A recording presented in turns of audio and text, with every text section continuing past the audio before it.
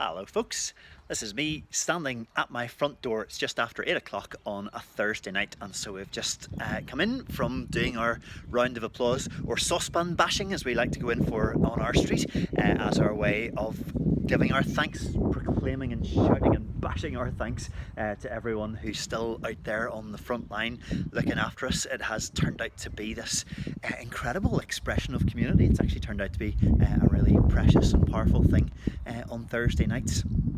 So I thought, since I'm out and about anyway, rather than go into my study to record my thought, I'll take you on a wee tour. Just a couple of things I want to show you around our house and our garden. So first of all, we'll just cross our road to our little carport here and introduce you to Hans the Heimer. My name is Chris, by the way, and my wife is Susan. We, amongst many other things, started the Dock Cafe down in the Titanic Quarter and the wee tram that runs around the Titanic Quarter. And 2 years ago now, starting to feel a little bit exhausted and burnt out's probably too strong a word, but we really needed to take a breath, and so we jumped in this beautiful van and headed off around our beautiful world for an entire year. We managed to we were 3 days short of a year from the moment we hopped on the boat to Cairnryan and to the moment we came back on the boat from Cherbourg to Dublin. We travelled all around Europe. We travelled over 16,000 miles. We visited 18 different countries, and then about a year ago now, we came home, as you kind of have to do, and I would have to say we landed with a little bit of a bump and had a couple of months where we felt very lost and rootless and kind of struggled to figure out what the next step for us was going to be. But just before Christmas, things started to straighten out for us again a little bit. I started working in the fantastic team at Belvoir Parish Church. Susan started a temporary job with the Dock again.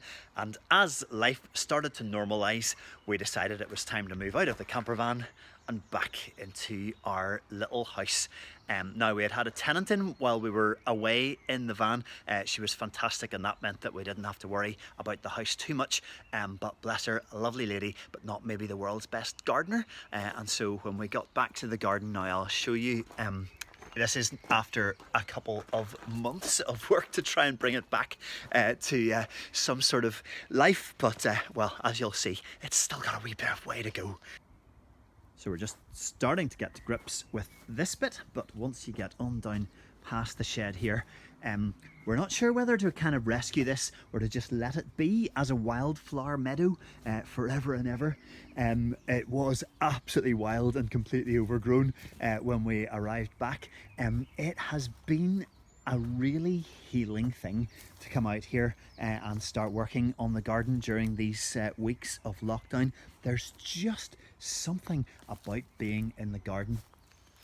They always say that we should see our church buildings as sermons in stone. Well, I think these gardens are sermons in soil. What you see, what you learn, and the way you get to watch the seasons change. Even within a couple of weeks, we've had daffodils bloom here, and then the daffodils have died. We've got bluebells blooming now, and there are also lots of nettles coming up. You get to see things change, things grow, things die, seasons change, transformation happen. It just nourishes and enriches the soul so much to be out here in nature. That was always true, but I think it has been doubly true for these last couple of weeks. The time spent in our gardens has just been food for the soul. So this is the little kind of wildernessy bit out the back, but I'll take you on a little journey now to the far side of the house. There we go, and now out here, out in our little back garden, is the bit that we actually have some semblance of order. So we have wilderness out the front and something a little bit tidier at the back. Space to sit. This is actually an old pew from the Presbyterian church that used to be on Consbrook Avenue, and when that old building was being demolished, we managed to nobble one of the pews.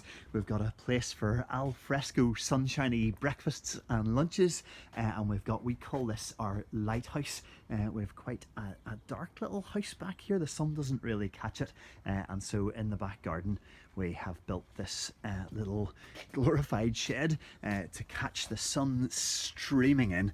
And I'll bring you in here to show you one more favourite part of our garden. We actually just put this up a couple of weeks ago at the like many things, it was lying unused up in the loft. In fact, it all needed to be unfurled and mounted. It's a big canvas print from IKEA. What we hadn't realised when we bought it is that the Our Men lighthouse is in Brittany, just off the coast of Brittany, and in Breton, the Our Men is the rock. And just like the garden, here are sources of strength. We have sung songs using these words and these images many's the time, haven't we?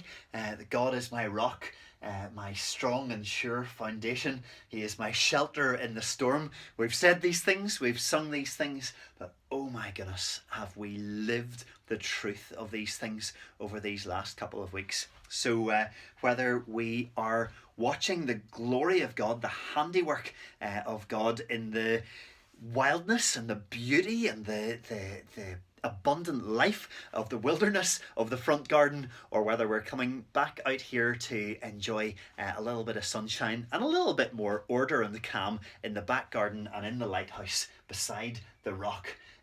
This has been a time of just relishing and resting in the love and goodness of God.